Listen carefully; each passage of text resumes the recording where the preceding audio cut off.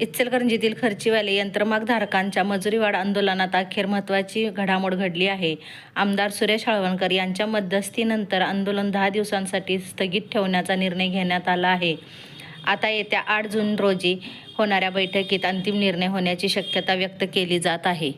सुरू असलेल्या मजुरीवाढ आंदोलनाच्या पार्श्वभूमीवर सोमवारी आमदार सुरेश हाळवणकर यांनी खर्चीवाली यंत्रमागधारक प्रतिनिधी आणि ट्रेडिंग असोसिएशनच्या पदाधिकाऱ्यांशी स्वतंत्र चर्चा केली. यानंतर दुपारी प्रांताधिकारी दीपक शिंदे यांच्या उपस्थितीत संयुक्त बैठक पार पडली. या बैठकीत ट्रेडिंग असोसिएशनचे चंदनमल मंत्री घनश्याम इनानी, ओमप्रकाश दरक, रामपाल भंडारी यांच्यासह यंत्रमागधारक प्रतिनिधी पुंडलिक जाधव, विनय महाजन, शहाजी भोसले, नंदकुमार लोखंडे, धर्मराज जाधव आणि विश्वनाथ मेटे उपस्थित होते. बैठकीत आमदार सुरेश हाळवणकर यांनी आंदोलन काही दिवस स्थगित ठेवून सकारात्मक वातावरण निर्माण करण्याचे आवाहन केले आहे. तसेच 8 जून रोजी पुन्हा बैठक घेऊन सर्वमान्य निर्णय जाहीर करण्याचे सुचवण्यात आले. महत्त्वाची बाब म्हणजे मजुरीवाढबाबत जो निर्णय होईल तो 1 एप्रिल 2026 पासून लागू करण्यात येणार असल्याचे बैठकीत स्पष्ट करण्यात आले.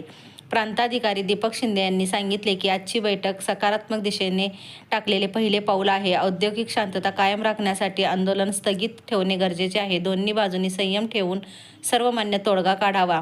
तसेच शहरातील कायदा व सुव्यवस्था अबाधित राखण्याचे आवाहनही त्यांनी आंदोलकांना केले. आता संपूर्ण यंत्रमाग उद्योगांचे लक्ष 8 जूनच्या बैठकीकडे लागले असून मजुरीवाढीचा प्रश्न अखेर मार्गी लागणार का, हे पाहणे महत्त्वाचे ठरणार आहे. अशाच अपडेट्ससाठी सत्यस्पर्श न्यूजला लाईक करा, शेअर करा आणि सबस्क्राईब करा. त्यांना एक संधी द्यावी की ज्याच्यामध्ये पॉझिटिव्हली ते आपल्याला काहीतरी देऊ शकतील, जेणेकरून लॉ अँड ऑर्डरची जी सिच्युएशन निर्माण होत आहे किंवा होईल ती थांबेल. कुणाचे नुकसान नको आहे. आता कालच मी पेपरला पाहिलं, दिवसाला एवढं नुकसान, म्हणजे इचलकरंजीवाल्यांची थोडी गती थांबलेली आहे. त्याच्यामुळं दोन्ही बाजूंनी आता संयमानं जाणं आवश्यक आहे.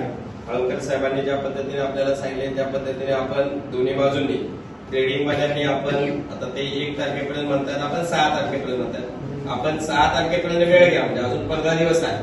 परंतु 15 दिवसामध्ये पॉझिटिव्हली काहीतरी त्याच्यामध्ये देण्याचा आपण प्रयत्न करावा. तुमच्याकडूनच येऊ द्या.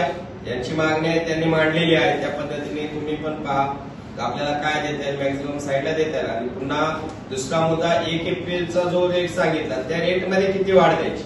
आता रेट मला वाटतं थोडेफार कमी जास्त झालेले असतील. 1 एप्रिल हा बेस तुमचा जो करायला लागेल आणि त्याच्यामध्ये ही वाढ राहील. त्या पद्धतीने तुमची वाढ तिथून पुढे ज्या दिवशी 8 तारखेला ठरेल